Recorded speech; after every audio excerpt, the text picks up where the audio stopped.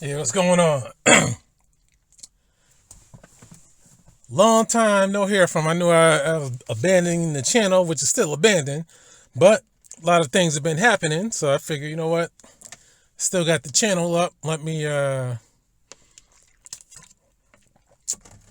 do a recording. And as you can see, anybody who watches the subs on the channel, you see it's always at 1680 or 1690. Never odd numbers, always 10 up, 10 down. The 10 comes, the 10 goes. So, they have handcuffed this channel. This is what you call true shadow banning. So that's why I more or less abandoned the channel. Because they can't let it grow. They won't let it grow. They won't allow it to grow. Aboriginal Power, whoever else can tell you to sub all they want. I told them, even when I was on there, if everybody, all his subs sub to mine, they would never move the needle up on YouTube. Hold on.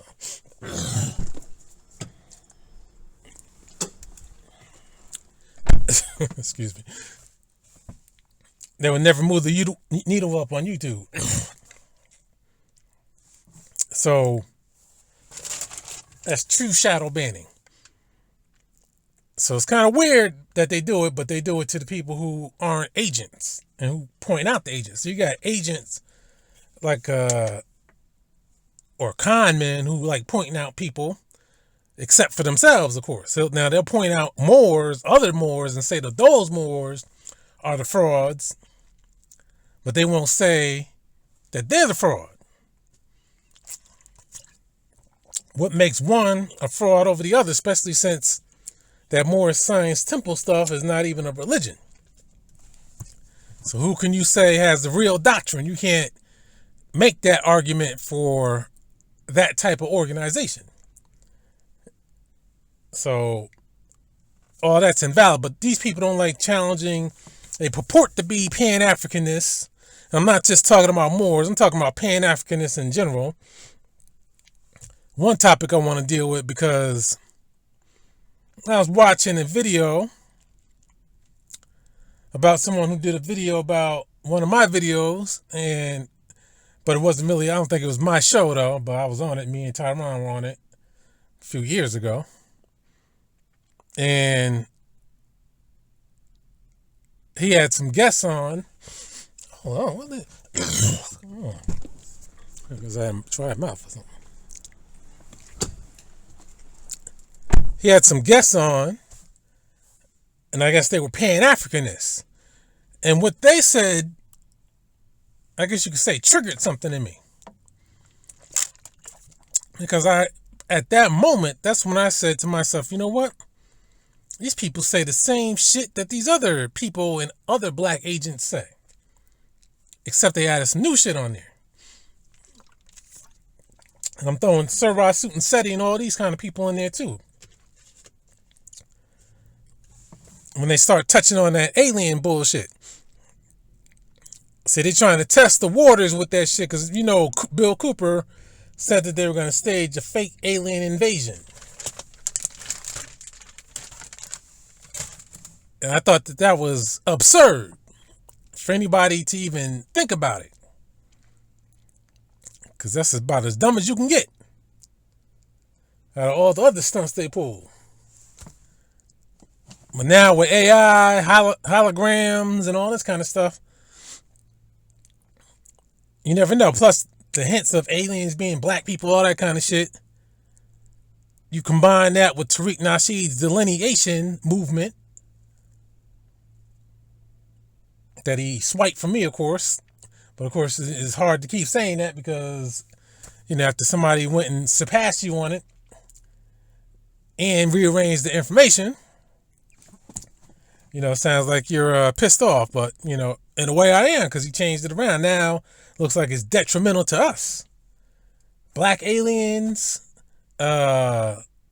delineation, so, from my point of view, was to put us first. And not even necessarily to dismiss or hate on other black people. Like Tariq Nasheed does, like you still see with his AI avatars. Every time there's a white person on, the white people never look buffoonish or silly or nothing. They still look like white people. When it's black people, it's always lips, exaggerated features, bucked eyes, and crazy hair, and everything that white people said black people were about. You see that all the time, even up till today. But anyway, it occurred to me when these guys were speaking. I said, these people are definitely coon agents in the craft, because they started talking that alien bullshit. See, here's what got me. When they said, we're not native to America, they said, that's impossible. They said, we have to be from Africa. The evidence is there. They keep arguing for Africa, even if it's nonsensical. But then they moved on to some other topic. I admit the host didn't seem to agree with that. He didn't say anything. I guess because he didn't want to offend them. But sometimes you got to say some shit. Like when I used to do my lives, and the friendlies, they would say something that I'm like, hey. What's up with that? I feel the need to say something. Just because I said, man, you got to prove this now. Just can't say this type of shit. So they said we can't be from the Americas. We're not indigenous to the United States or to the Americas. If you notice, all the coon agents who stick to that, every time they see an Olmec statue or any other black or mixed type in the Americas, they got every silly excuse in the world as to why someone has a wide nose, big lips, which is what they always say about black people. Even though Asians can have wide noses and big lips, they never put down their facial features. If you notice, with the Asians, they never put down their. But when it comes to us, it's a bad thing. But then when you show them the afro hair, so they always talk about the hair. Then when you show the afro hair, then all of a sudden people don't know what an afro is. They don't know what kinky hair is. See, you can try to say, well, Asians have big noses and big lips. You can try to get away with that, but you can't get away with the afro. So that's why they got to come up with the most absurd lies that even a 5-year-old wouldn't come up with. And that's how you know these people are under control and under the command of one of those secret societies. And they have to have their lines that they recite. That's why I say that it seems like the whole business is to protect white power and denigrate blacks. So you can see, protecting white power is one thing. But see, putting blacks down, and they're putting themselves down, but see, the organization comes before themselves. And like I always say, the organization might trick you into thinking that just do this, play this part. It's a long-term goal. Then we'll get shit together later on. But see, you could be getting tricked into destroying yourselves, and that's the long-term goal. Then before you realize it, it's too late. So these are things these people gotta think about. But anyway, Black history, they obscure as much as possible. They hate when people uncover the truth. Because the truth is everywhere. Everything is like literally in front of your face. Like I said, when somebody's called a Mongoloid, that's not scientific. That just means somebody that resembles a Mongol. Because those are the ones that the white people came in contact with, the Mongol Asians, when they were doing their invasions. Negroid just means black light. Caucasoid doesn't even mean white per se. It just means looking like people from the Caucasus. That's all it means. And they weren't blonde hair, blue eyed either, by the way. More probably Iranian looking, if anything. Armenian, Iranian looking. So There's nothing scientific about this shit. But when Brother Polite used to say we are our own worst enemy, he would say that so many times that I would say he wouldn't specify why, but it's clear that since he was a coon agent as well, he was one of those enemies.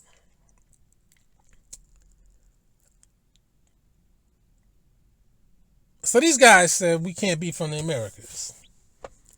We must be from Africa.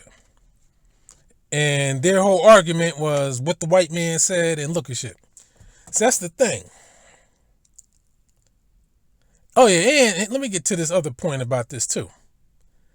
The other thing I notice about these people who defend white supremacy, these black people who defend white supremacy and deny black people being indigenous to the Americas or any place else outside of what they call sub-Saharan African. That's a when you hear them talking sub-Saharan African, that's like a key communication lingo to let you know that they're all in the same group. Sub-Saharan African, that's a white supremacist term that in the 90s and 2000s, black people, did everything possible to squash, and they did a successful job. Now coon agents are bringing it back up, and they talk about it like it's real. But see, that's what white supremacists say. That's why I tell you, when I say what I say, I'm not saying it to try to be funny or to try to have reverse psychology.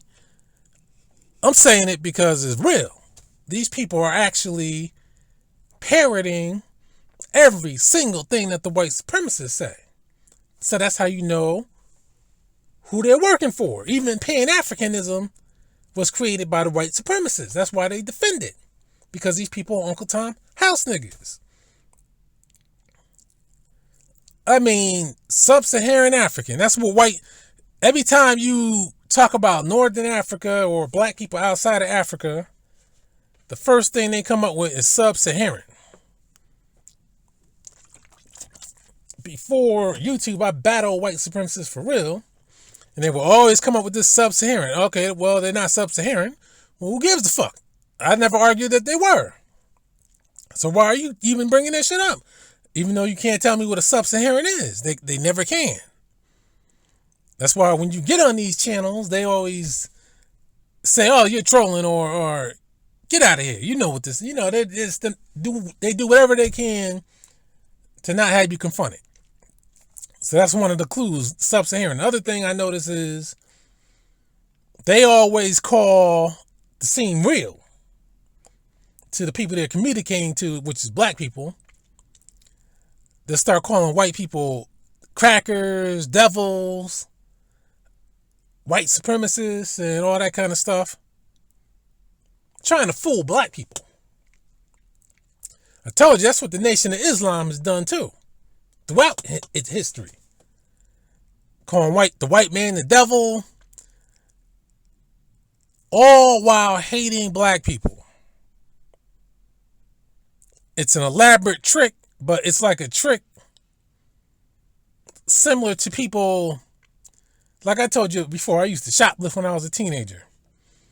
And I used to go home thinking of different ways to pull off a better shoplifting exploit.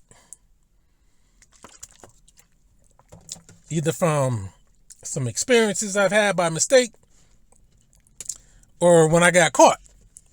The store people would always say, in their arrogance, they would always tell me, want to know how we got you?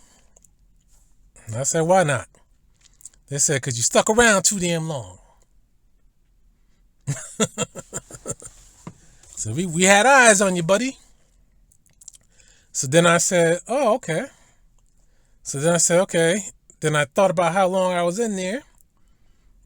Then I said, okay, let me change the style the next time.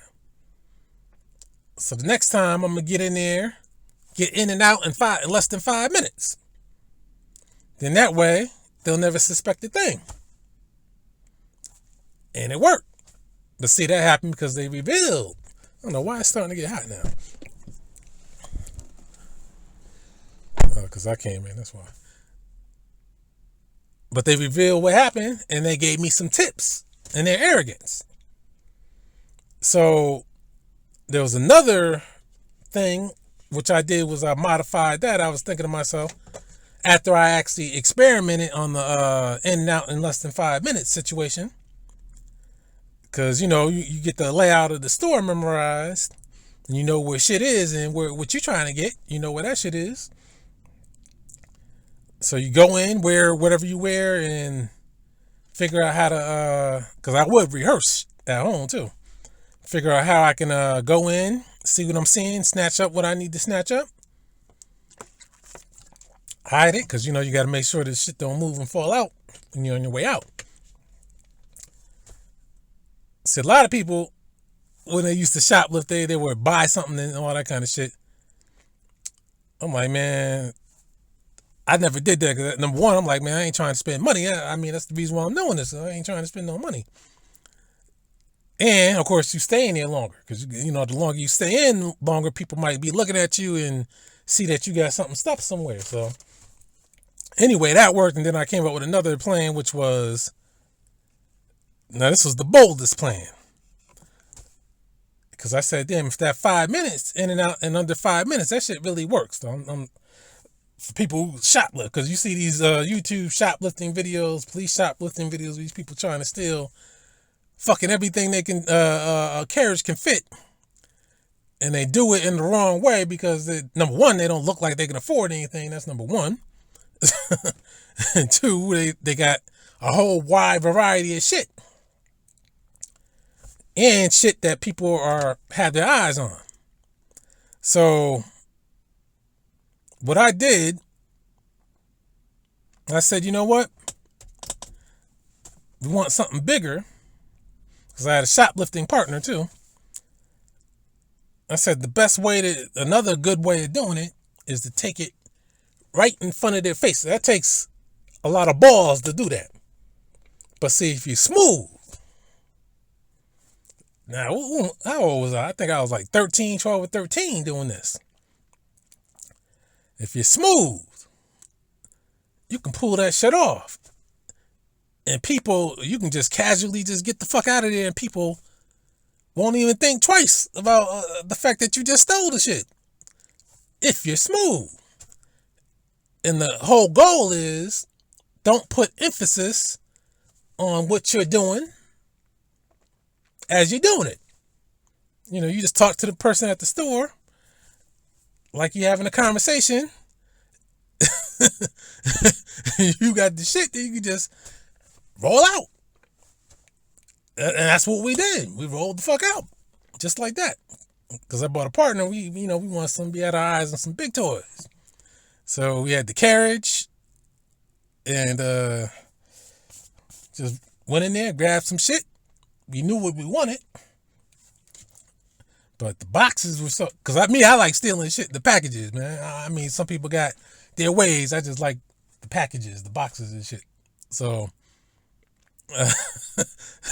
that was my whole thing. I wanted to take the packages. And I ain't like taking shit out of the packages. That was tacky to me. So we said, this is what we want. This is the size of the boxes. This is how we're gonna have to do it, because we can't stuff these shits, in our clothes or nothing like that. That old school carrying a shopping bag shit, that's old school.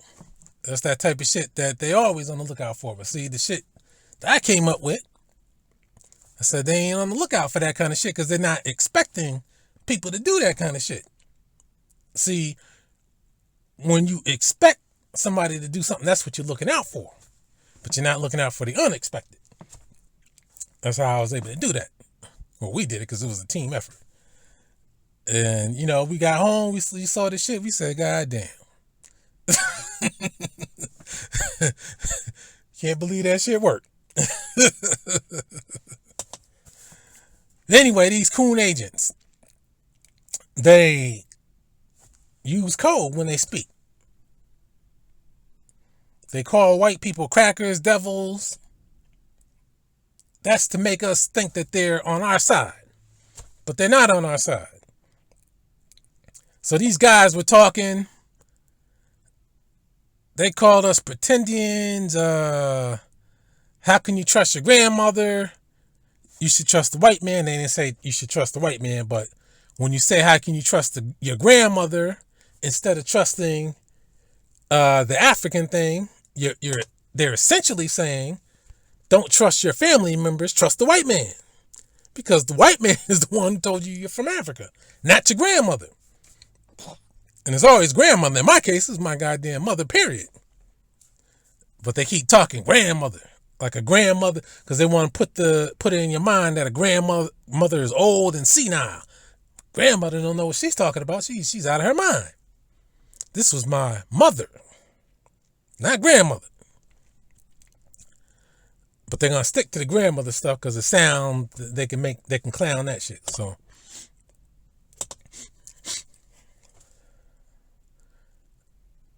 trust the white man. See, this is the thing. If you've heard me over the years battling with these people, this is what I've always said. They always say we get our information from the white man. And that's why I counter with, so do you. In fact, you get only your information from the white man. You call the white man a cracker, a devil, a demon, and a liar, but he's not lying about your history, but the shit that you don't like, he is lying about.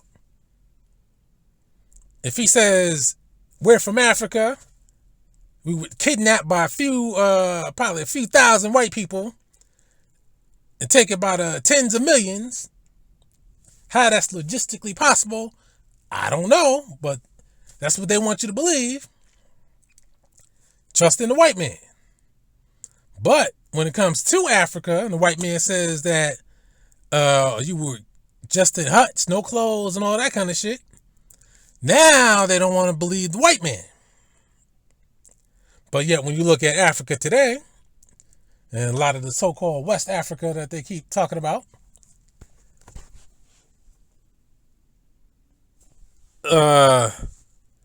unfortunately,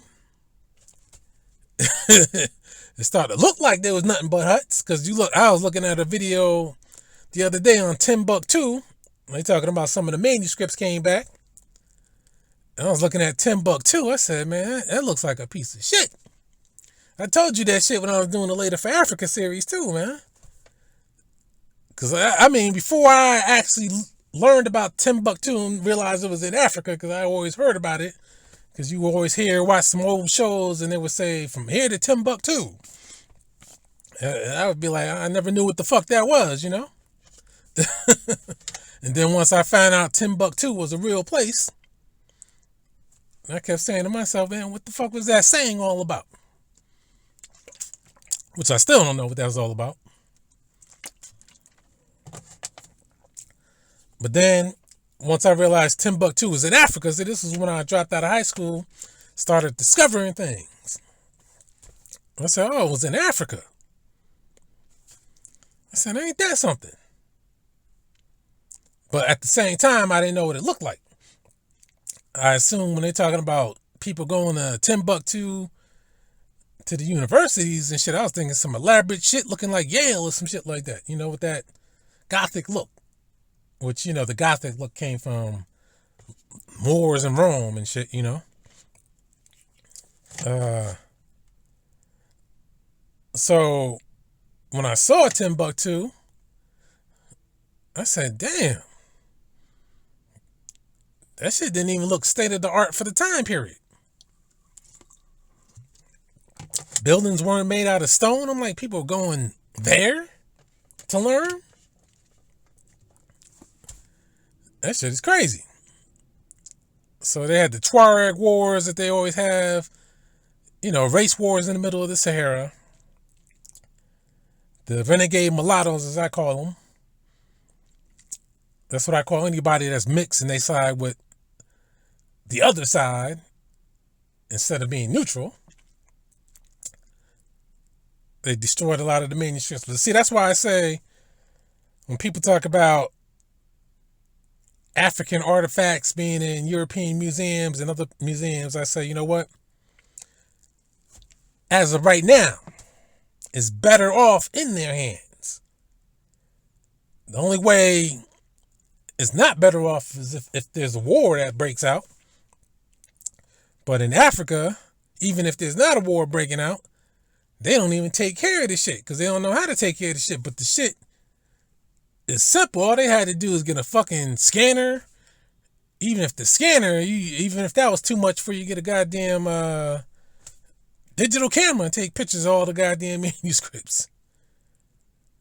But it goes to show that Muslims still worry more about race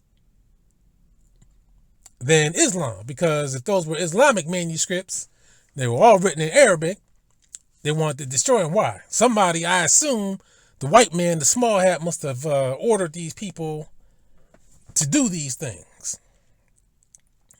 And Africans are so fucking stupid.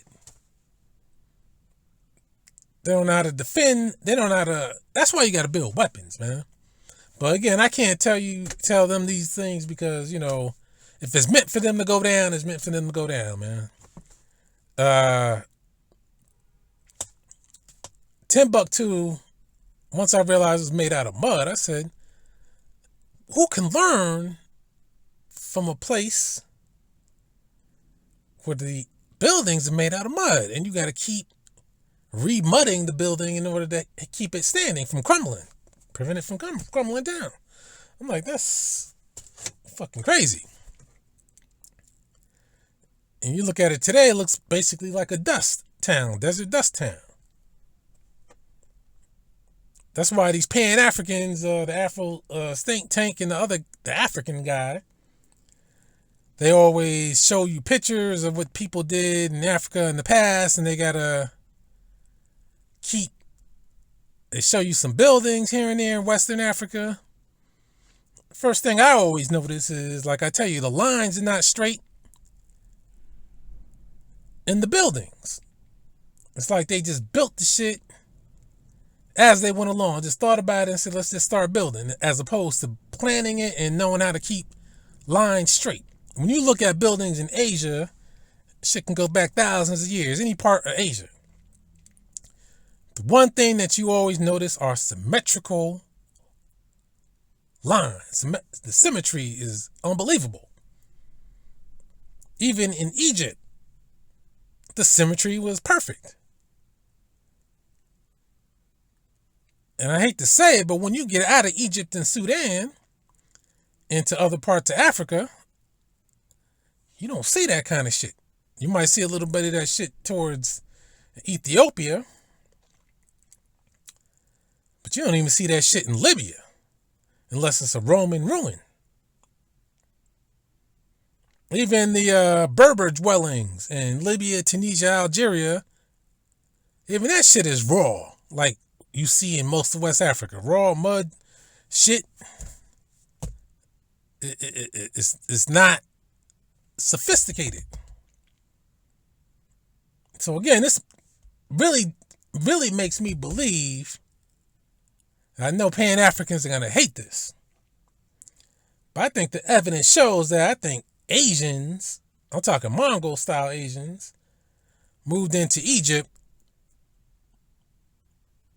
I hate to say it, but they may have started that shit. Went to war when it emerged with the Africans, of course, and the reason why I say that is because you don't see Africans having the technology that Egypt had in other places. But in Asia, you see even low down Asian countries, whatever buildings they made them out of stone, and they made them mathematically perfect. But you don't see that in other parts of Africa. You only see that shit from Roman ruins or when the Moors came in and did what they did. Carthage, we don't have nothing to go on from what Carthage may look like.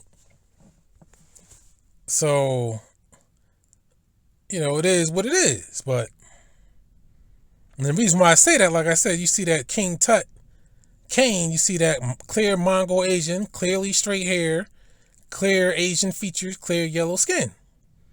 But even the white man, for some odd reason, doesn't want to identify them or wants to write them out of history, which I find curious. Even in some ancient Libyans, you see Asian-looking people. White man wants to call him white because he wants to put himself in there, but it looks Asian. Strange. But anyway, that's another topic. So these guys, what they say, these Pan-Africanists, they say, don't believe the pretendians, but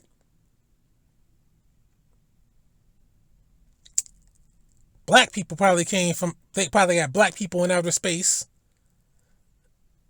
and we're piloting spaceships in outer space. Now, that's when the host, who's been on my show in the past, even I could tell just from his reaction, his slight reaction and a non-reaction, that he's like, now these motherfuckers going crazy now.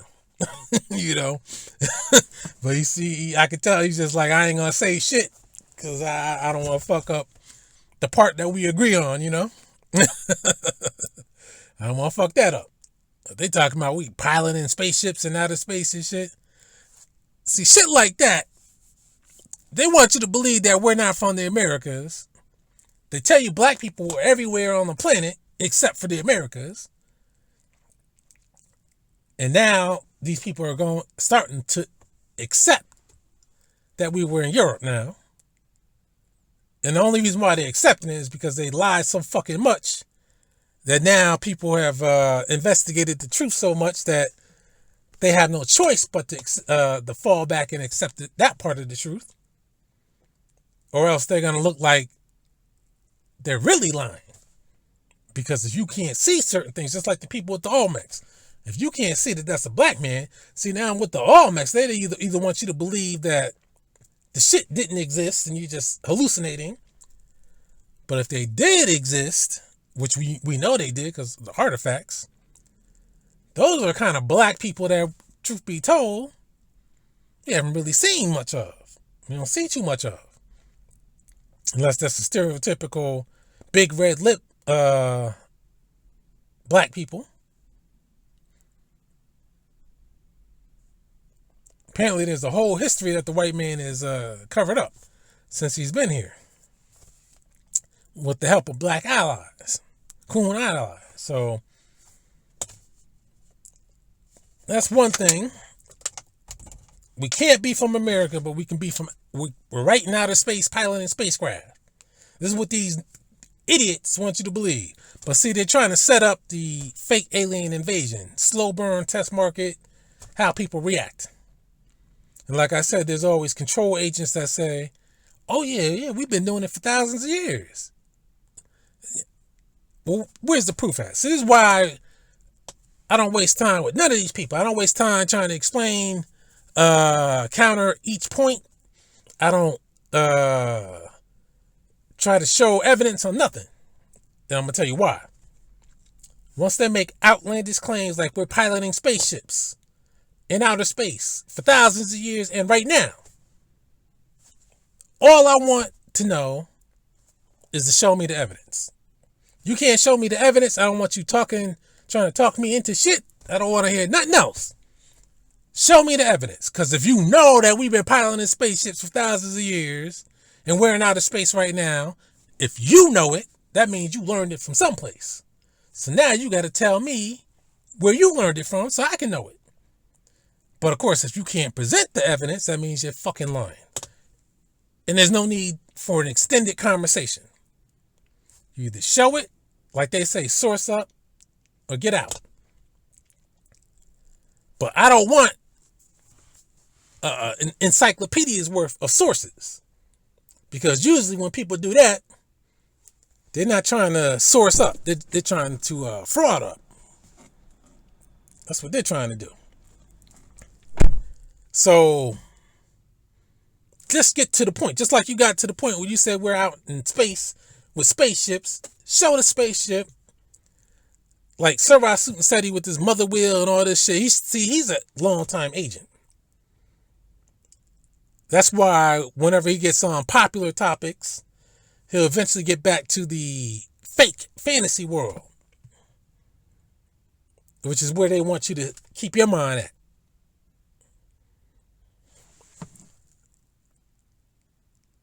See, they hate when people get closer to the truth. I just played this game, Deathloop. I actually bought the game, I think a couple of years ago, but I was trying to finish these other games first. And the reason why I said let me play it, I'm always looking to tweak the system, so I know that game had the direct storage, and I'm not trying to get with Windows 11. Even though I did test out Windows 11,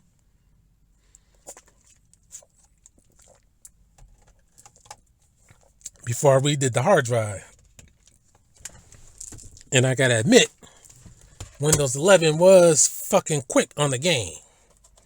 I mean, the loading of the game, whether it's Grand Theft Auto, whatever, is like snap of the finger. I said, damn. Then when I put it back on 10, it wasn't quite like that. So anyway, this game, Deathloop.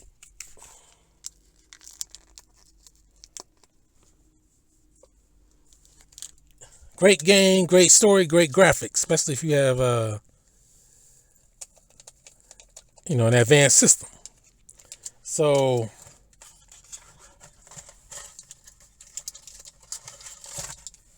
the game is basically about, like what I'm talking about now. How people... Hold on a second.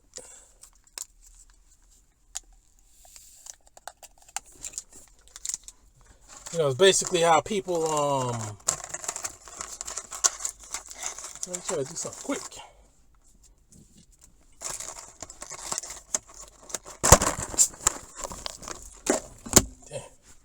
So it's basically how people, like cults, religions, secret societies, they tell you the fantasy version that they want you to know and keep the truth back from you. But then the closer you get to the truth, the more desperate they become to keep the truth away from you. And that's what we have with these secret societies. And of course, games and movies are built off of reality. So,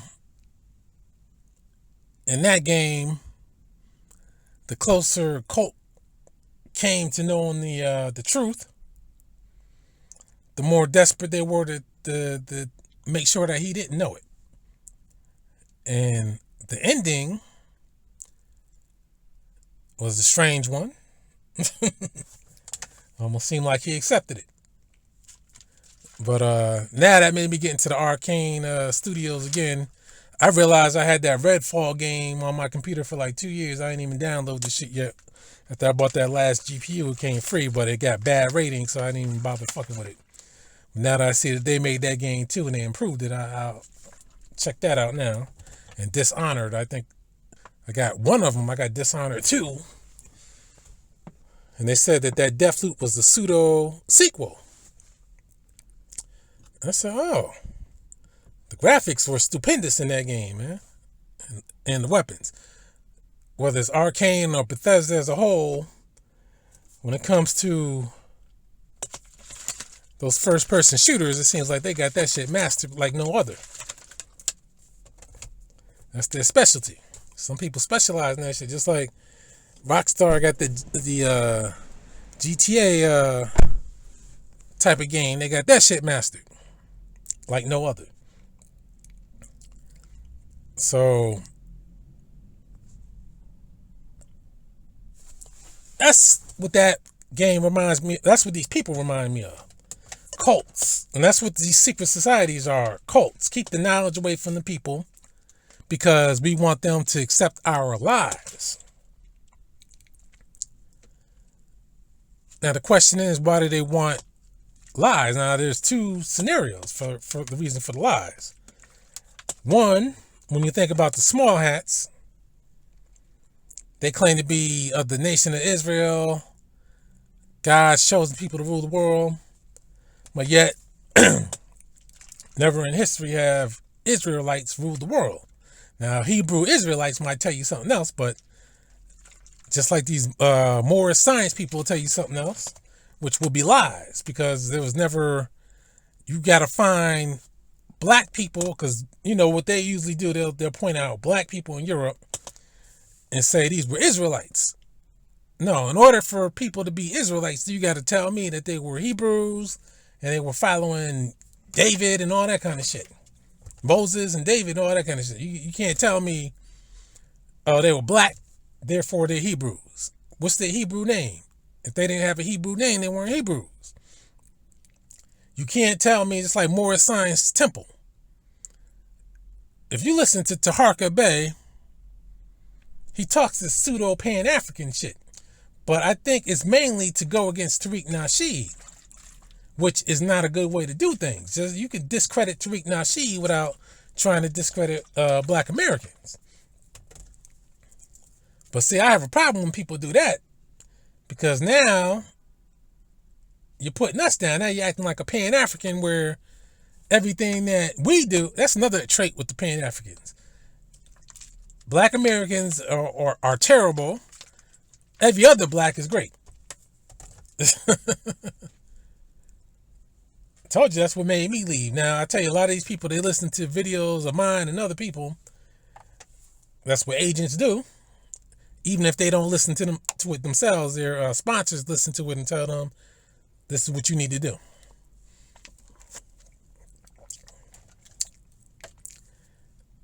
When we tell them part of our history about being suckered into this Pan-African shit as teenagers, then that's when they want to switch shit up and try to act like, okay, this is how it's going down. So you got people like Taharka Bey with this, he tells you one Moorish sect over here is bad, another Moorish sect over here is good. But the whole Moorish shit, because Moors come from Africa, so and even sometimes he even tries to say that they didn't. So he tries to act like he's a Pan-African. That's not Noble Drew Ali's position. Just like when Nation of Islam members, whether they're on Farrakhan's or not, they lie to you and try to say Elijah Muhammad was a Pan-Africanist. He was not.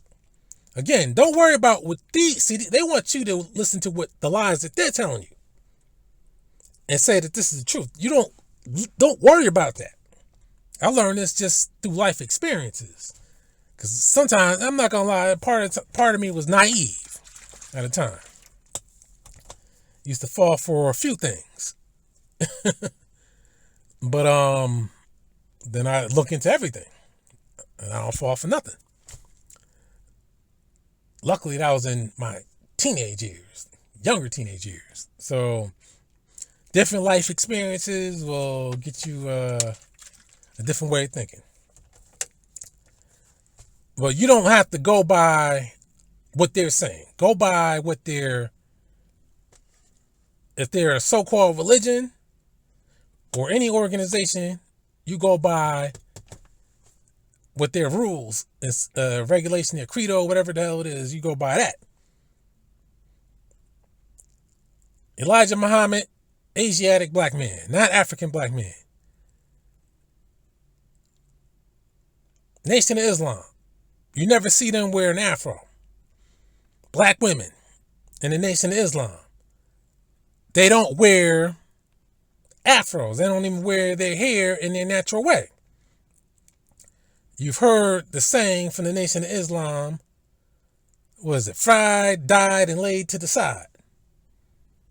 They criticize black Americans for having fried, dyed, and laid to the side hair. When people criticize something, you assume that they must not be doing it.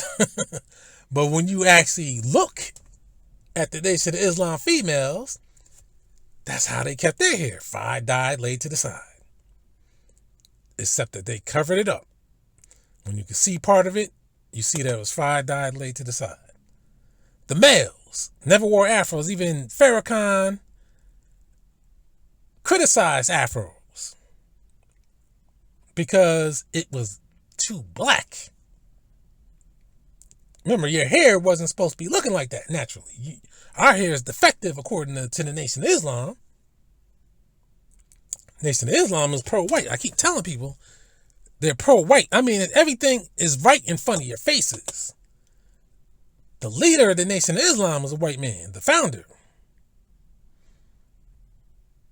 A lot of people, there's too many lies for people to keep up with. So they could lie. That's why they got to have other people come and try to convince you. It's like when you go to church, even if you're like, man, I don't really buy into all this shit. That's why you got the parishioners come up to them, oh, you got to feel the Holy Spirit and Jesus, love, and all this kind of shit. That's to encourage you, to brainwash you to believe in this shit. But see, then after a while, if you say, you know what, I could accept that. Then after a while, when you're like, you know what, I'm tired of believing in shit. Now I want to know why the proof can't be presented in front of me. So that's when people go from Jesus' love to this motherfucker is asking too many motherfucking questions. And people like me, I always ask questions because I'm trying to get to the bottom of shit. I don't want shit to be lingering on and on. That's why when I used to go back and forth with these Pan-Africanists, that's another strategy these other agents are using. Because they know when Pan-Africanists are caught between a rock and a hard place and they're forced to tell the truth, they rather back away, change the topic, or tell a joke. So that's what these coon Pan-Africanists now are saying. They're saying that with us now. They're trying to use reverse psychology, you know. Just like Tariq Nasheed does too. He's using the old school white man instructed reverse psychological technique. When people call him an agent, he says, these people are the agents. Or when people are when he's suspecting that people are about to call him an agent, he says, you're an agent. You're the big liar. You lie. You tethers lie all the time. But we know Tariq Nasheed lies nonstop. That's why he's a fucking annoying now at this point. Because he fucking just keeps on lying. Even with Trump. With Trump doing what he's doing. Tariq Nasheed says the administration. He doesn't say Donald Trump is doing it. Now, I didn't watch that latest one he put out about the Chicago takeover. I'll see if he mentions Trump. But all the other videos, man, he just couldn't mention Trump's name. Instead, he'll say things like, oh, man, this DC takeover, the administration is doing this, but this is something that they do, and especially Democrats do. See, Republicans and Trump, he can't put them down. That's how you know who's the agent. It's like I tell you, when somebody who can't talk shit about Farrakhan, you already know what's going on. And that's not Nation of Islam agent. That's the lower level part, but then it's Masonic at the higher level. That's why you never hear people talking Masonic shit. Now you hear Seti talking it, but he already admitted he was a traveling man long ago. And I remember that in the blak. Oh yeah, I got to say it again. That in the blak, whatever you call it, little organization YouTube channel. I knew that shit was bullshit. Yeah, it had Sister Renee, had Renee in there. Had the Solomon and the old God. First thing that struck me was the logo. Now, when you make logos, a lot of design goes into them. The design is supposed to have meaning. Whether it's straight up in your face meaning, or if you're just staring at it for a while, not thinking about nothing, then some shit pops into your head after you see it meaning. Now, I remember their logo, red, black, and green. And, of course, pyramids. See, when you see 3 pyramids, that's when you know you're dealing with Masonic shit. They used to call out Sir Suit and Seti. Remember, they used to get these interviews from the usual suspect agents. And I always thought that was pretty strange for people who just came on the scene and started the channel. Now, you notice with me, I just can't get these motherfucking interviews because I'm still waiting for Michi X and Zaza Ali to answer some fucking questions. That reminds me, I got still put that Michi X segment up there. Me and Tyron was on there. Still got it queued up. I'm gonna get to it. I know it's been 6 months maybe now. I'm gonna get to it. But that's what I mean. This is how you can tell who the agents are. They get the interview. I think they got interviews with Umar Johnson too, who's the agent. And speaking of Umar, every time I think he's down for the count, he always comes back, and every event turns into the latest soap opera scandal. Then he still comes back because he's an agent. Something's gonna happen. Something's gonna happen. Right now we're getting towards the deadline. Something's gonna happen. He'll make a comeback. So I don't think this is the end, because again, people who make money off of Umar Johnson, they act like they really want it to be over, but they don't really want it to be over. Because once it's over, that's when the money's over. So that is what that is. But that's what these agents do. They're clever. Well, no, they're not really clever. They're just nonstop liars. That's what they are.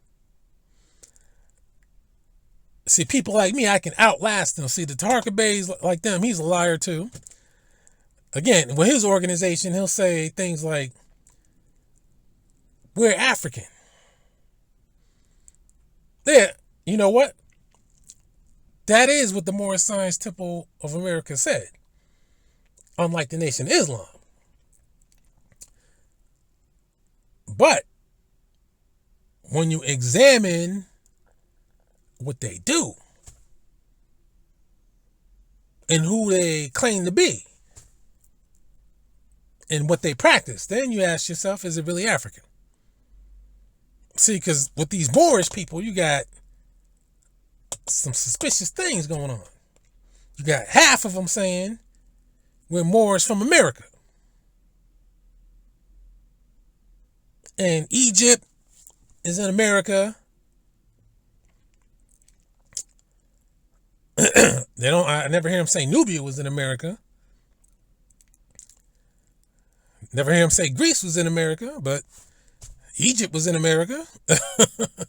And then on the other side, they say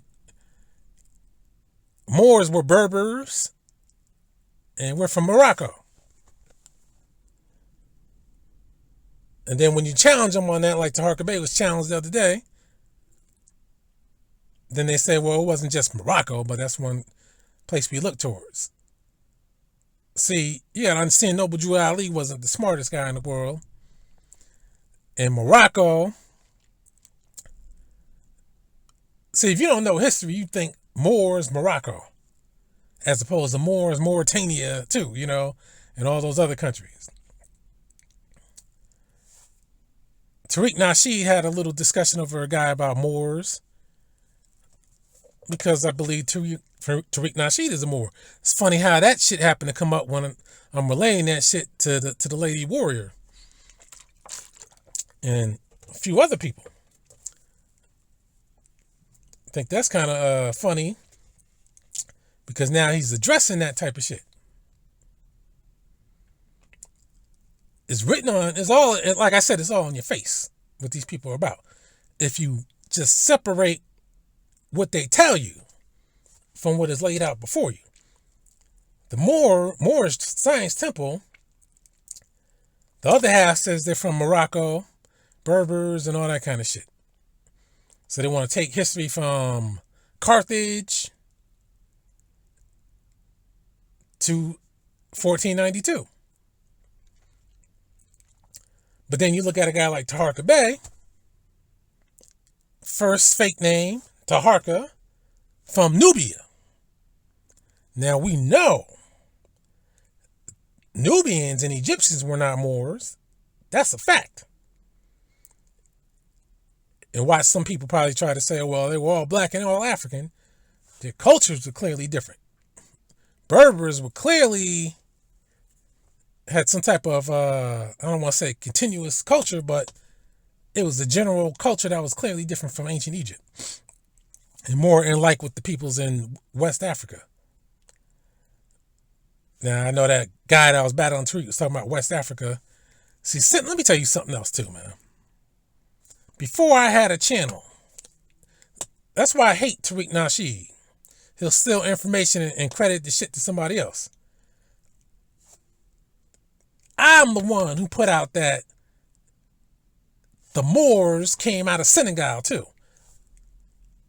In comment sections. And when you could put remember back in the days on YouTube, you could put the links and pictures. So I would put the link and the pictures under the comments to show people that the Almoravids came out of Senegal. Because you look at Senegal today, they look exactly like what you would describe a Moor as. They're Islamic, except they mainly speak French, but they still write in Arabic too. I'm the one who put that out. I know goddamn Henry Clark. But see, all the agents that are sponsored by the white man, the small hat, if you notice, all of them make sure that they don't say my name or anybody else who's not an agent's name. Because they're talking to themselves among each other. We're not involved in what they're involved in, which is being controlled and pimped. And we're not involved in protecting white supremacy. See, we wouldn't even have these debates if we didn't have these black agents out here. Once you understand that part, that's when you understand why these Negroes are out here doing what they're doing. So, you got Taharka Bey calling himself Taharka, which goes against being a Moor, but they want to try to claim Egypt too. They want to claim Islam, but they don't practice Islam. I keep telling people this. I mean, that's why at times when you think people are hard-headed, after you thoroughly explain shit to them, after a while you realize, you know what? These people are not hard-headed. They just got a story to keep up. They know these Moors guys are not Muslims, even though they shout Islam. They don't practice Islam. The Nation of Islam calls themselves the Nation of Islam, but they don't practice Islam. And then when you tell them, well, where's your beard at? Now, I don't see where it's written where you got to wear robes and shit, but the Quran says you got to wear a beard. Where's the beard at? When you hear anybody in the Nation of Islam, whether it's Son of Man, Eric Muhammad, Farrakhan, Elijah Muhammad, Malcolm X, Khalid Muhammad, they read out of the Bible most of the time. They say it's to relate to the Christian black man. But on the flip side, they hardly ever read out of the Quran, even when they have a meeting just among the Nation of Islam members. They hardly ever read out of the Quran. When they do, I say out of most of their speeches throughout time, they probably quote the Quran maybe 5% of the time. And quoting the Bible probably 70% of the time, and Message to the Black Man and other Nation of Islam literature the rest of the time. because the Quran is symbolic. Matter of fact, a lot of Nation of Islam members even dismiss the Quran outright. But then they come back and they'll quote it and say, well, the Holy Quran says, quote one line that proves their point, but they won't touch another line that disproves their point. And that's that. They don't follow the Quran because they're not Muslims either. And before, the larger Muslim world would keep criticizing them for not being Muslims. But then some of them would somewhat accept them. Those are the other Masonic ones that realize, okay, we got to work with them, whether it's Islam or not.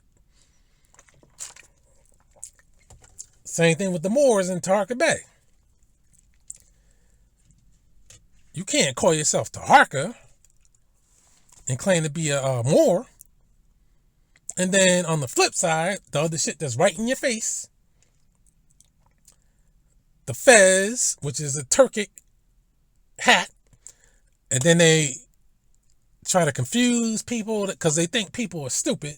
They think because they enter these secret societies, they automatically got Reed Richards' brain now. No, they're still the same dimwits that they were before they joined the Moorish Science Temple or the Nation of Islam. Except that now they're trying to sound like they're smarter than what the hell they are. And that's Tarka Bay. So you tell them about the fez and they want to go back and say, oh, look at the Egyptian pharaoh. Look at this guy wearing a hat that looks like the fez. It's a fez. Stop it. Is a sombrero a Stetson? Stop it. Then the name Bay. They have a lot of common names. They use the name El and Bay. Now El has been adopted in Arabic. When you look up El, that was always a Hebrew Canaanite god. And El, that's how you can decipher a lot of these small hat names. Like Mike L. That's why a lot of small hats named Michael. Michael, what's my man? Now I forgot my man's name. The guy, the sportscaster, Michael, is on ESPN. No, on Amazon now. How the fuck can I forget his name? You know who I'm talking about. Like Howie Mandel. See, they say Mandel, but it's Mandel. So when you see L and you see other people have these names that you're like, man, what is this name? The L part is the dead giveaway. So Moors use that. Now, what people will say, well, that's also a Hebrew thing. Not a Hebrew thing, a Semitic thing. L. Look up L. You'll see for yourself. Also, the other name is Bay. Bay is Turkic. The Fez is Turkic. That's why these people, these Moorish guys, don't practice Islam, because they're not Muslims. And you notice they don't talk about Arabic shit much because there's nothing going on that's Arabic with these guys. It's all in front of your faces. See, people, including the white man, have always been able to trick people about the Ottoman Turks and other Turkic tribes by kind of mixing Arabic stuff with the Turkic stuff. Even if they are not mixed, it's because they want to deceive you. Because they figure most people don't know Arabic. Most people are definitely unfamiliar with Turkic languages. But both had Islam at a time, so we could throw them together. People assume it's the same. And if you tell people, well, these people are from Egypt, they're Arabs. But the reality is they're Turks. And again, you got YouTube. You can go on and look up King Farouk, watch videos of the white guy and other Ottoman leaders and government. It's the Ottoman Empire survived during the filming age, the motion picture age. So it's not like you can't find these people in action. Whether it's still photo, moving pictures, you can see these guys. And they're white. And they were clearly racist. Like I always show the list of Ottoman leaders. As a matter of fact, I was looking the other day about their titles and shit. The Beys, that's the title. The Pasha, that's the title. Whole bunch of other shit. The Ottoman Empire clearly established themselves as Turkic once they took over. I mean, from their title, I forgot how many titles there. I think they had 15 titles or something. Their logos, their Arabic script was tuned in turn for them. Now I can't read the shit, but I can tell you if you put it in front of me, I can tell if it's Turkic or Arab. Just from the style, the calligraphy style. And they knew they were Turks because of the fezzes, number one. Remember, Arabs, depending on where they're from, wore turban on their heads.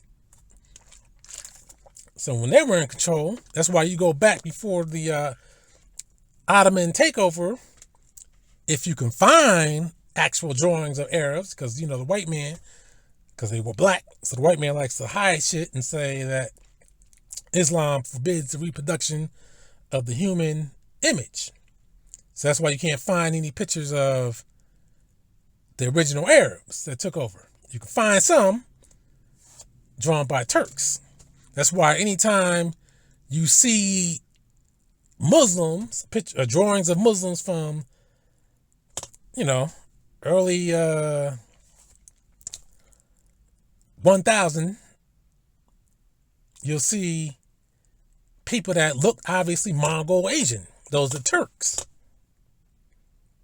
But the white man calls them Arabs because obviously he doesn't want you to see that the original Arabs were black. That's why he keeps showing them. And he'll show you pictures of Mongol Turks. You'll see some with turbans on their head and then fez underneath it, the turban. But Muslims not under Ottoman control don't have a fez under their turban. The fez under the turban, that symbolizes Ottoman control. Because they keep the turban, because the turban is supposed to be affiliated with Islam. That's why you see the people in Sudan, when they had the turbans, they had the really big turbans, because they're supposed to be bigger believers. But you'll see people who weren't under the Ottoman Empire, they'll have just a plain turban, not with the fez.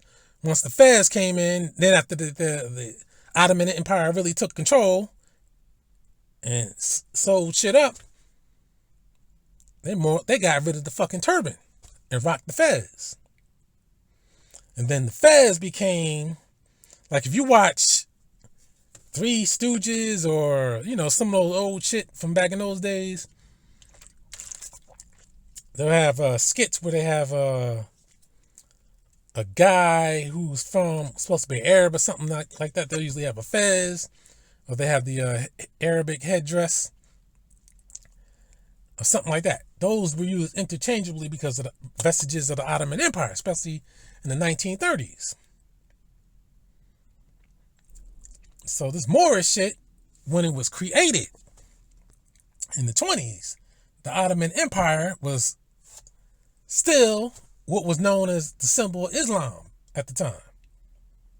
That's why they didn't talk that Arabic shit for the Moorish Science Temple, because nobody was being called an Arab back then.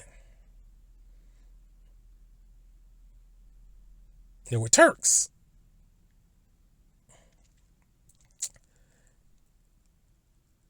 And Egypt's rulers, obviously they were fucking, not only were they Turks, but they were fucking Europeans from Albania, because of the Turkish Empire, Ottoman Empire. And that's why they ruled for so long, and they still rule today. They just changed their name and call themselves Arab. That's why, if you notice, after so-called Arab countries got their independence, you notice they never tell you from who. At best, they'll tell you the last European country to take over, which was either UK or France. But they don't tell you about when Nasser and Sadat took over, who they took over, and what Gaddafi, who they took over from. Ottoman Turks.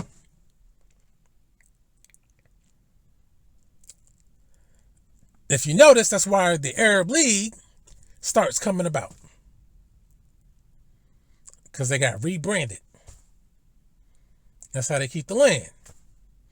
Same thing with the Hispanic world. Spain had practically everything over here. Then one by one, countries got their so-called independence, but still under Spanish heritage rule.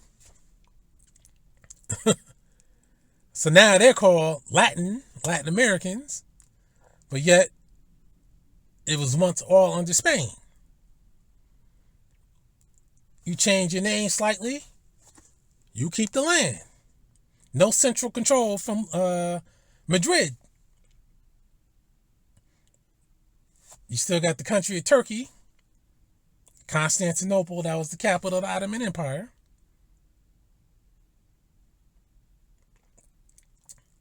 But like I always remind people, the Turks and Turkey, even though it's like a concession prize that they got with Turkey. You war power, even though this is not your homeland. We broke your shit down, but we don't really want to fuck with you like that. Keep Turkey, call these other countries Arab. And you can still roll or rule in those countries while we rule with you.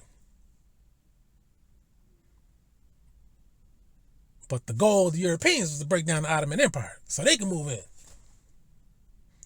See, that's why when you look at the history of the Mediterranean colonial times, that's why after 1492, the Moors got defeated, but the Ottoman Empire was still going strong. That's why you don't hear nothing about the UK, Britain, all these other countries dominating shit like that.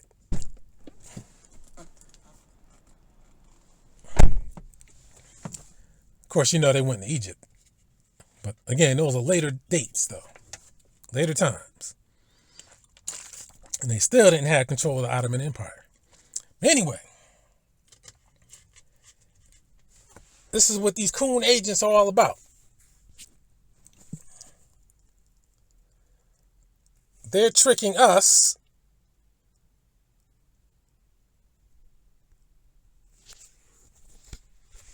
and trying to act like they got something against the white man when they actually love the white man. Like I heard last night, I heard Taharka Bey talk about white people. What's the Moorish rule?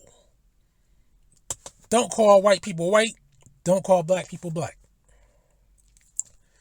But of course, Moor means black. European does not mean white. See? That's what you got to understand. Now, I got the video of me and Taharka Bey going at it. See, he tries to use trickery See, it will work on an imbecile, but it doesn't work on me. Trickery, double talk, over talking, all that kind of shit. And they get frustrated when their techniques don't work on me, so that's when they got to let you go. So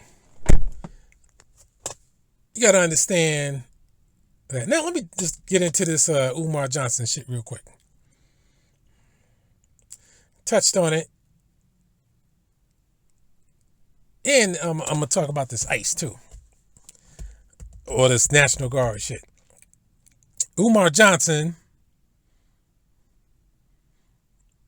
I told people a long time ago, you can't just sit on these buildings because it costs too much money to sit on them and nothing is happening. So we'll see how that's happening right now. Matter of fact, I don't even want to talk about Umar. You see how it's going down. I'm going to wait until this month of August is over. See what happens. That's going to be the real test. To see if they seize the school. I don't see how they could just sell the property, auction the shit off, get their money, and say, well, Umar Johnson, you're out of luck with the rest of the money. Too bad. So that's why you never really own property to begin with. If you own something, you shouldn't have to keep paying nobody for shit. That's why I tell people the way the small hat set up the society, the economy, it's so that every dime that you make, which is their money because they actually control and own the banks. You think you got money no matter how much you got. You don't have shit because it's all theirs. They make it so that you have to cough up the money back to them in the IRS. You think about how much easier life would be without filing taxes. See, certain people get a refund, which is why people want to file taxes because they feel, oh, this is a good thing. But then for those who don't get refunds, you got to pay out. You don't feel that that's a good thing. You shouldn't have to report what you make because again, it's supposed to be a free country. You shouldn't have to report what you make. You shouldn't have to report how much you make. You shouldn't have to pay rent to the government because that's essentially what it is. But it's not going to the government, it's going to the bankers. I don't know why this keeps heating up. It's going to the bankers. I'm talking lower just in case somebody's by because I can't see anybody.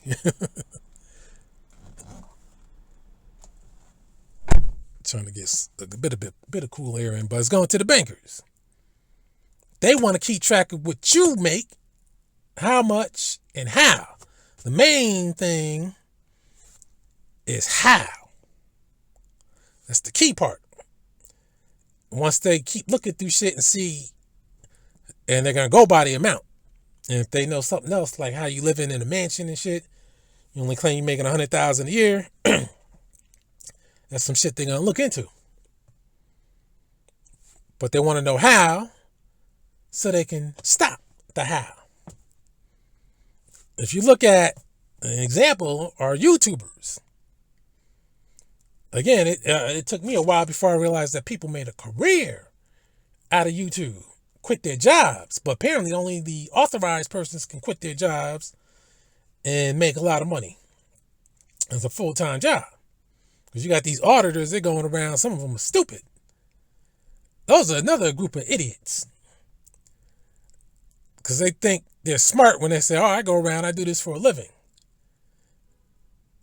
Through YouTube.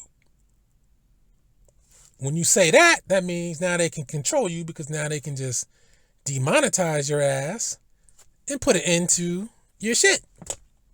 It's that simple. Some of them used to lie, so I do other shit because they know they don't want to just be seen as, I don't do nothing else but this YouTube shit. A lot of people think you don't make money off of YouTube. Some people try to downplay how much you make.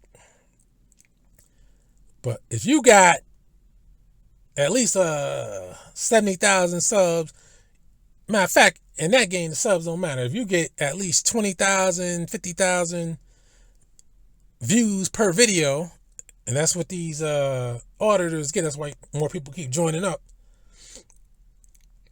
Some people get $250,000, $500,000, all that kind of stuff, you're making a ton of money.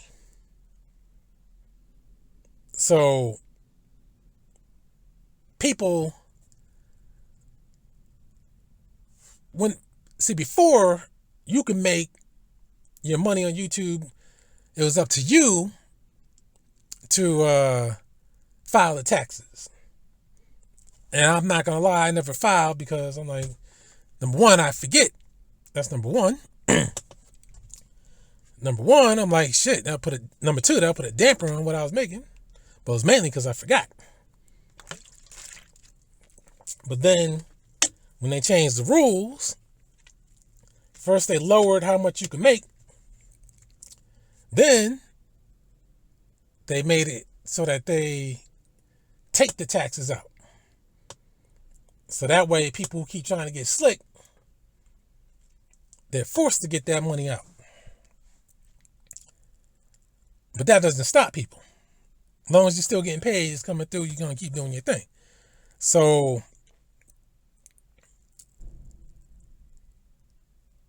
that's the thing about YouTube, man. It is what it is with that. But these, let's watching these people. These other people, making a living off of Umar Johnson and the IRS and shit. It's always, in a free country, you shouldn't have to pay taxes. That's the bottom line. When you think about how this country got created. But it was a Freemason setup to begin with, though. But anyway, let me get into this Donald Trump shit with the DC and this. I always told people that the fake assassination attempt, I mean, I still can't believe how some people, except for the control agents, will say that was real. And Tariq Nasheed is one of those control agents because he was one of those people that was saying it was real. So that's how you could tell. I always tell you, when you see these agents out here, they say some shit that sounds, they say, I don't believe this, and they go into detail. And you're like, damn, they're smart on that. But then on something that's pretty obviously phony, they play dumb. That's how you know they're an agent. You don't even have to think about it. You don't need no evidence. That's automatic. So then you have people like Tariq Nasheed that says that the fake assassination on Donald Trump was real. See, they knew they knew he was going to be the president again because they put the script in front of him of what he's going to do. And they knew what he was going to do was going to piss a lot of people off. So, they come up with this fake assassination attempt. Why do they do that? It's not to make it look like he is that important. They do these kind of things because they know that somebody who might really want to do that might do that. So they say, we'll do that and say that the assailant got eliminated, which will discourage all but the most nationalistic or sick individuals, because they say you got to be sick in order to do that, but it could be dedication too. But they do that to discourage others from trying it, because they knew what Trump was going to do, because obviously the small hat bankers placed the man back in office. And people act like he's going to be in office for the next 30 years. That's not the case. But sending troops into D.C., I hear that they say they're about to be armed now. D.C., we'll say, we'll push D.C. to the side because that's an exception city. But even with that, D.C. and Chicago, it's not the job of the president to deal with local law enforcement. That's not his job. That's why you never heard any president in the past talk about crime. Even when they go visit the city, you never hear them put down the city and say, yeah, we're going to this city. This city got a lot of crime. You You need to do something about that crime. Even when JFK went to Dallas, from what I could read, they say Dallas either had the highest murder rate in the country at the time or top 5. So he knew that was a dangerous city, but I can't find nothing that said, damn, I'm going to Dallas it's a dangerous town. Should turn out to be a dangerous one for him. But of course, we know there's more to it than what they say, as I've explained many times. But that's not the job of the president. Just like it's not the job of the governor of a state to worry about how a city is run. Unless things get out of hand, then they can intervene. But see, what Donald Trump is doing, there's nothing that's out of hand. When shit was out of hand was when he was the president before. He didn't do shit.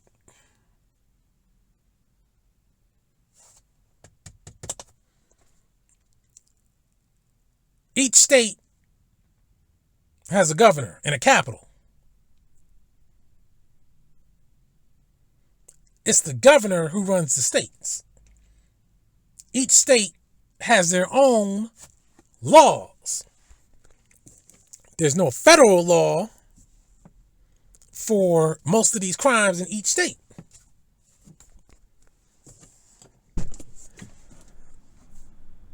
And hold on a second. I don't think there's a federal law for murder. There's racketeering, all this other, well, racketeering there might be. Theft, manslaughter, car theft, all this kind of shit.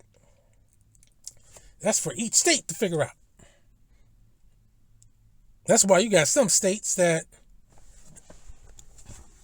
don't even give you much time for some offenses that other states have. That's why you got weed that could be legalized in other states, but not in others. And if they wanted to, they could legalize cocaine. But there is no federal law against weed. So that's because that's not the president's job. His job is to manage the country. Each governor's job is to manage the states. Each mayor's job is to manage the city.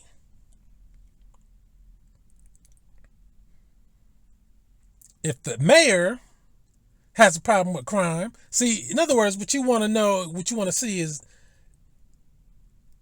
putting out the National Guard. How do they know more than the local police? And you notice how he's targeting what he says the criminals, which is code for black. But there are a lot of corrupt cops that keep crime going and organized crime. How come they never put out no fucking National Guard for organized crime, the mafia and shit, to this day? Because they're part of those secret societies as well.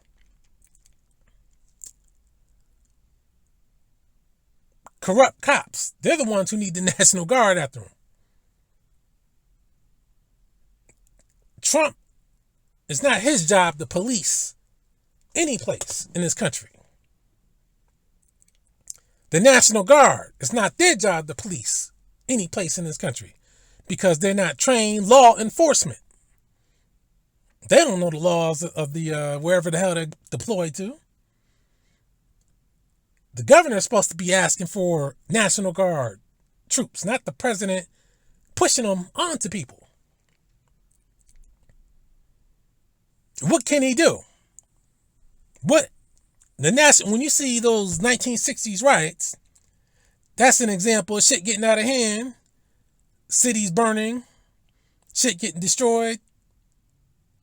So you bring the National Guard, not to enforce law. You bring them in to set people straight. That's what they're there for. But if nobody's breaking any laws, you can't bring in a National Guard and have them do a damn thing. Number one, you insult the police because now you're making it look like the police are incompetent. Now, yeah, these cops may be on the take. That's probably the main reason why crime is going crazy. But You know, it was new. But the National Guard can't enforce law. Like they showed those propaganda videos where they showed the guys going on the porches talking about you can't be smoking and shit in public. What the fuck is that? That got to do with any violence or carjackings and shit like that. Why is Donald Trump even talking about carjackings? That's not his area. That's not his. Again, Republicans and so-called conservatives, what's the number one shit they always talk about? We want less government. We don't want people micromanaging our lives. We want the government out of our lives and out of our business. Well, here is Donald Trump, a high-powered hypocrite, and they don't criticize him for that. He's way more into your business than any president I can ever think of. Matter of fact, I know we got some Kennedy haters out here, but when you think of JFK, he was more hands-off than these Republicans. See, they hate the United States. That's what's really going on. They're trying to destroy it. That's why YouTubers, amongst the first YouTubers out there, was a Sir Suit and Seti. Especially these black ones. And back then, in the 2000s, he was saying, you got to find his old videos. He used to always say all the time, war is coming on the streets of America. We didn't know the time frame. Maybe he didn't know the time frame. But that's what they had him go out there and say. And I used to always say to myself, who is this guy? And why is this guy saying this type of shit? Now, of course, after the 9/11, it sounded like maybe they talking that kind of shit. Then Khalid Muhammad was gone before the 9/11 shit, so we couldn't even hear his views on all the shit that was going on, Obama and all that kind of shit. Which I think they had to take his ass out because they didn't want him talking. Just like they took Malcolm X out because they didn't want him talking. But Seti was always saying, war is coming to the streets of America. You got to get ready, man. And one of his other things he used to say all the time was, we got to kill the cracker, man. I don't know why. It's like they were trying to do everything they can. The society said, go out here and encourage these people to rise up and kill whites. Because it's like he would beg, man, we got to kill the cracker, man. I don't know why you niggas ain't doing it. That's the other code, too, calling people niggas all the time. Told you that's cold. Because these people are claiming to respect Africa and respect black people, but they always call you a nigger. Which should tell you a whole lot. Then Meechie X comes along years later. She starts talking that shit. She's still talking that shit to this day. You should kill Whitey. Tariq Nasheed was saying that shit a few times. That's why I think the delineation shit, it's not what I was putting out, the way I was trying to put it out, which was the prioritize us, but you don't have to put other people down in order to do that. Because I said just leave the Caribbean, the Jamaican alone in particular. Leave them alone and let them get in your business. So this delineation shit is turning into what I fear that it could have been, which is isolation as opposed to delineation. Isolation means target. Okay, so now we know that the Caribbeans are Caribbeans, the Africans are Africans, the Arabs are Arabs. And I say that because there's black Arabs that you probably just don't notice. And all other types of black people around the world.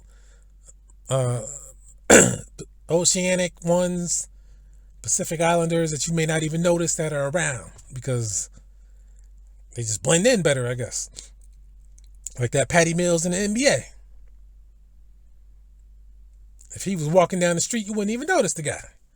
At best, you probably think he was a Dominican or something, but you know what that is. But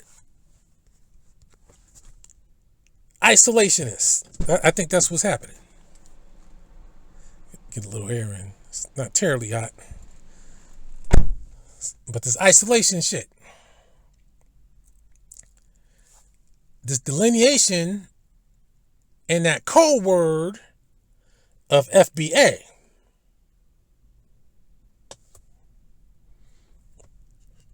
that can make us a target. Okay, now we know who they are. Remember, Tommy Sotomayor is another guy. And Umar Johnson, for that matter, all coon agents. Tommy Sotomayor used to always say, we got to kill all the niggers. And others would say we got to kill the Pookies and Ray Ray. Umar Johnson, you know, he said we got to, in order for us to prosper, we're going to have to kill some of us. We're going to take some of these people out for good. Don't ever forget that kind of shit. Because these are agents that pop on the scene with this shit. See, now we're starting to see some of the groundwork for the Pookie and Ray Rays getting eliminated. Now they're FBA now. You can bet your ass if some of these National Guard was saying, are you an FBA? Don't forget that black identity extremist shit that they pulled a few years ago. All working within this shit. Black identity. If National Guard got orders to go around asking if you're an FBA, no matter how casually or how mean they ask, I'd advise you not to say shit. That's number one. But if you see the National Guard, the troopers, see that's why they say National Guard, because the police already been militarized with all the magazines they carry and all that kind of shit, because all that shit, you don't need that for policing. You need the vest and a few magazines. You don't need all that other shit. That happened at the 9/11 with the Patriot Act and all that kind of shit to get, it's designed to brainwash the police into accepting the roles that they're about to take. But see, police in their current gear, they intimidate enough. But yet when you see National Guard and military fatigues with armored vehicles and the guns, looking like a military occupation. Now, if you think people were scared straight of the police, or they would talk shit to the police, like fuck you, fuck your mama, and all that kind of shit, they're going to think differently about talking shit to the National Guard. Even though the police might be better trained than the National Guard, because a lot of police actually went through the actual, not to diss anybody, but, you know, they went through the real military, you know. Of course, you know what I mean? But regular people, the Pookies and Ray Rays, they'll get more concerned about them. Especially if they had shoot to kill order. Remember in the civil rights time, but see, that was rioting. Cities on fire. National Guard, they had orders to shoot to kill. And you know, I didn't really see any black National Guards in those films. They looked all white and racist. They looked like they couldn't wait to start the killing.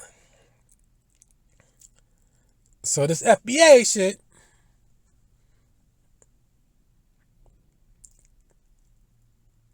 Tariq Nasheed puts it on Claude Anderson. It's almost like, in a sense, I'm glad he's not crediting me with the shit. But he's trying to put it on Claude Anderson. So it's like if shit goes down, he's like, well, I got this shit from Claude Anderson. Shit, I was just wrong with it. Everybody else, these other knuckleheads, took it too far. Like you keep seeing these FBA guys pop up all the time.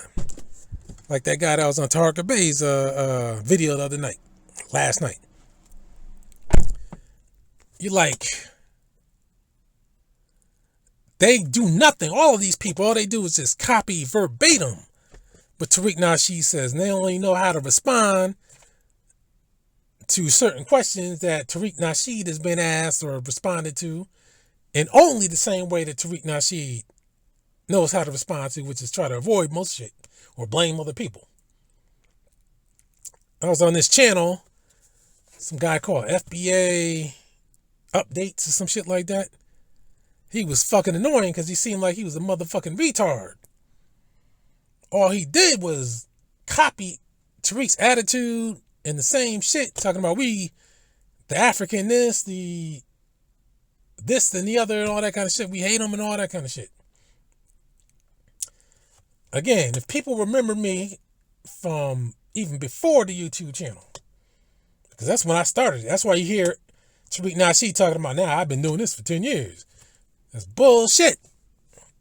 I've been doing this for over 10 years, on the record. And it was always about the Jamaican in particular. Caribbean, other Jamaican related Caribbeans like the Bahamians and the Guyanese. Not the ones that don't speak English or an English related language. I've always said we gotta distance ourselves, keep away from these Jamaicans, because these are the ones that's giving us the problem. I never said nothing about the African, because I always maintained that the African, they don't associate with us, and they didn't. Now they keep calling Tariq Nasheed because they want to get in on the action. But I would ask that the African even fall back. Everybody should fall back from Tariq Nasheed. Let him start talking to himself about this shit.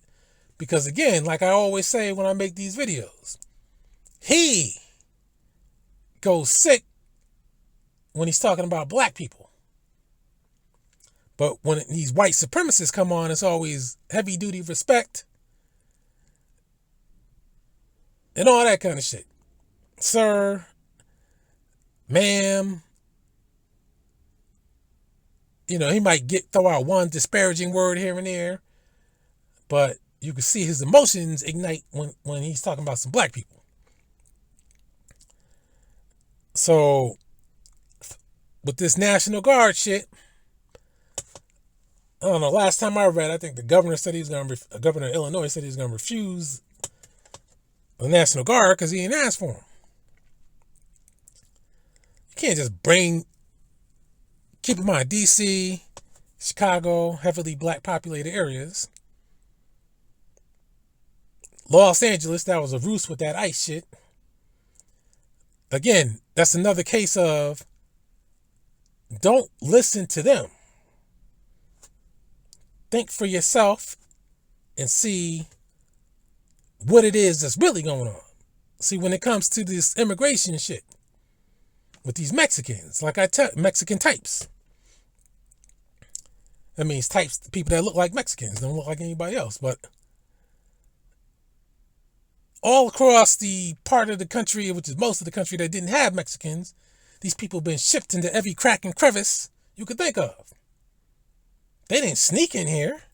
They got invited here. But it was all done illegally through politicians and other people. See, this ICE shit, this is just some Bruce shit.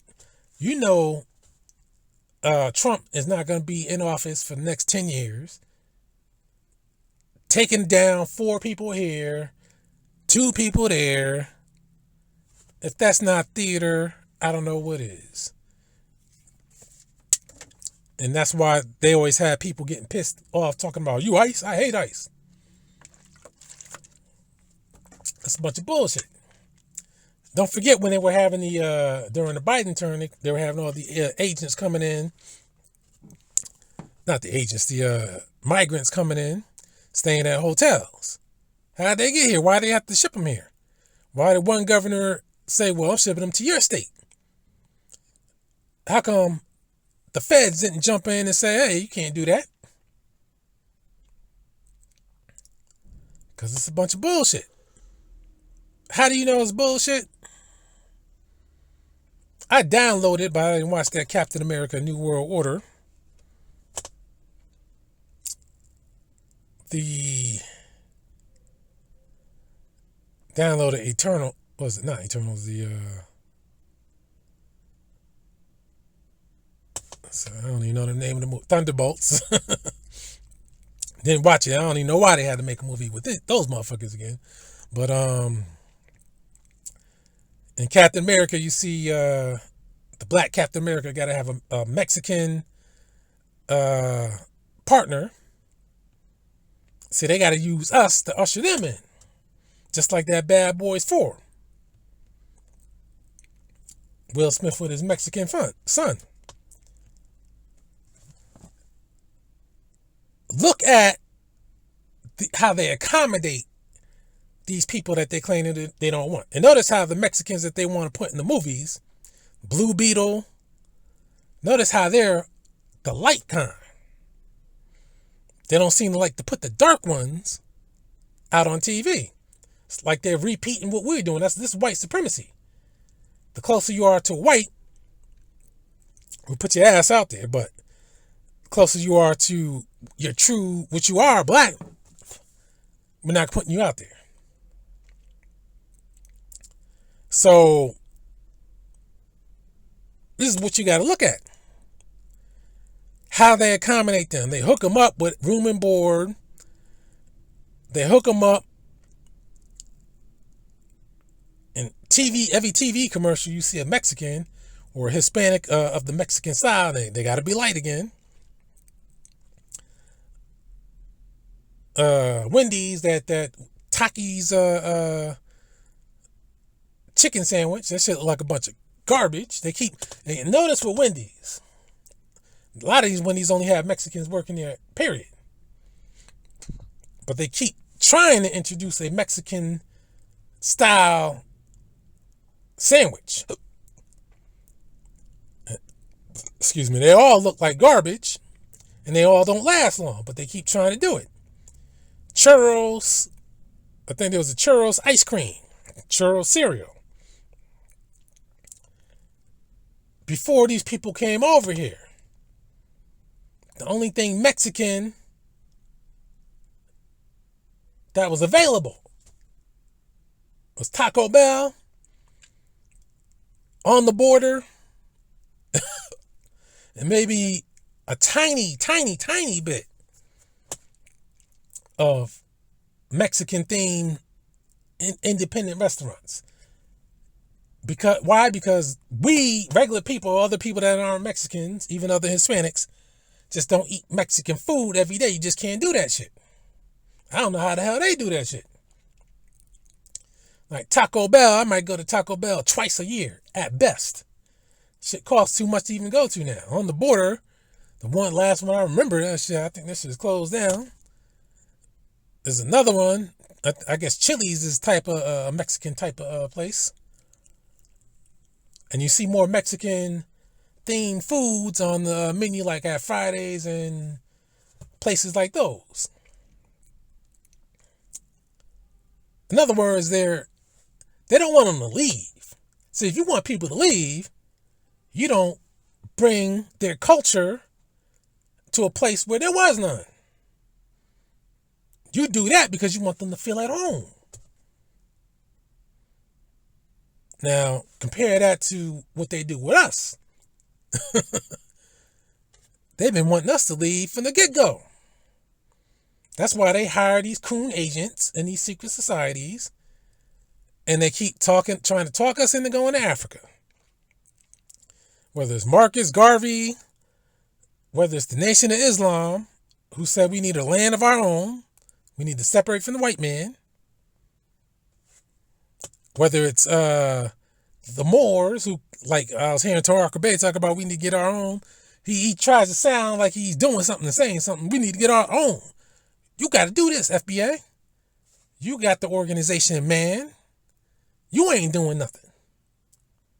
You got Afro Stink Tank always taking pictures, group photos with kids, dressed up in some elaborate Nigerian outfit. He clearly does not look the part. He clearly looks out of place. But see, that's what brainwashing is about. It's about making you believe the lies that they're telling you. He keeps telling you he's African, he's so super African, but he doesn't look the part. Seti. doesn't look the part. I remember I used to write on Sir Seti's video. That's another clue. When they don't like what you say, they block and delete you quickly in their chat rooms. That's why I never had mods, because I can't stand mods. Can't stand them. I used to say, Sir Seti, you don't look African. If anything, you look like somebody from Algeria. He would get pissed off and block. I think he even addressed it on the screen. I'm like, man, what are you getting mad about that for? Algeria is in Africa. You should be proud. Shit, I mean, I'm not lying.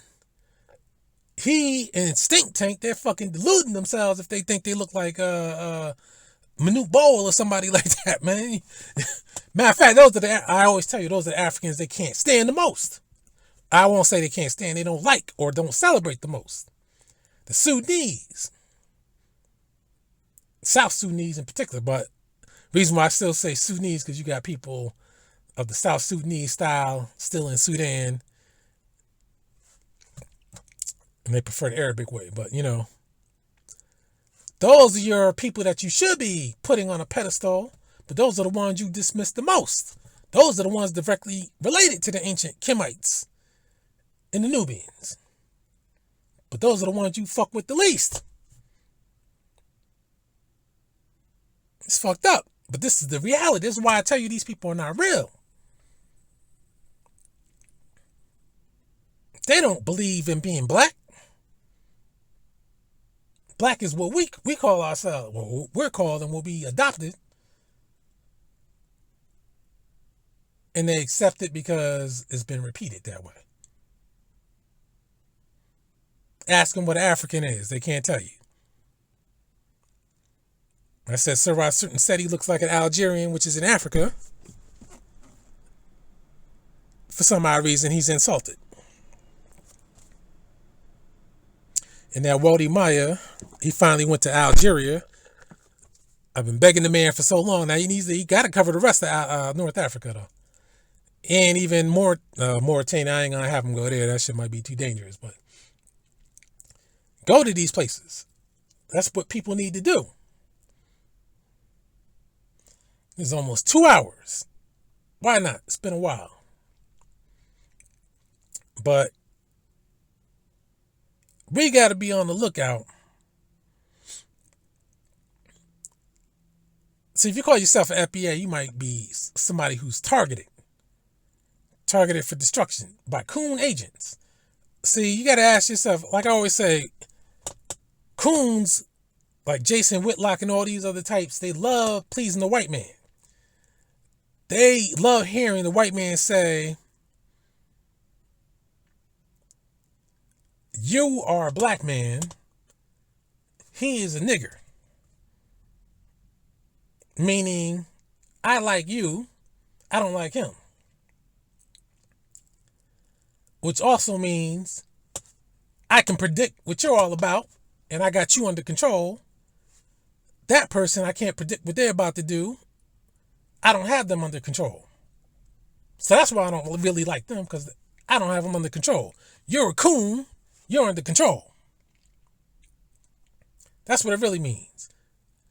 But it also means, whether they want to accept it or not, if they call that person a nigger, they're calling you a nigger too. Because you can't get out of being a nigger. Because if they don't like Pookie and Ray Ray, and they're niggers because of the way they act, that means once you do something they don't like, now you're a nigger.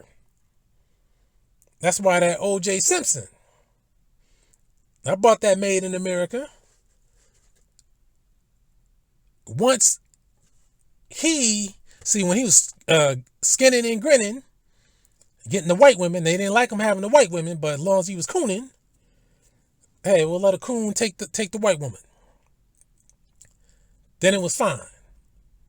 But then after the murders, one by one, all his white friends, like, you motherfucker, they didn't want to say it on TV, but you know how they treated him. Like, when they started saying things like OJ wanted to be white and he was the only white guy in our group and all that, only black guy in our group, that's another way of saying he's a coon, he's a nigger, black people shouldn't like him.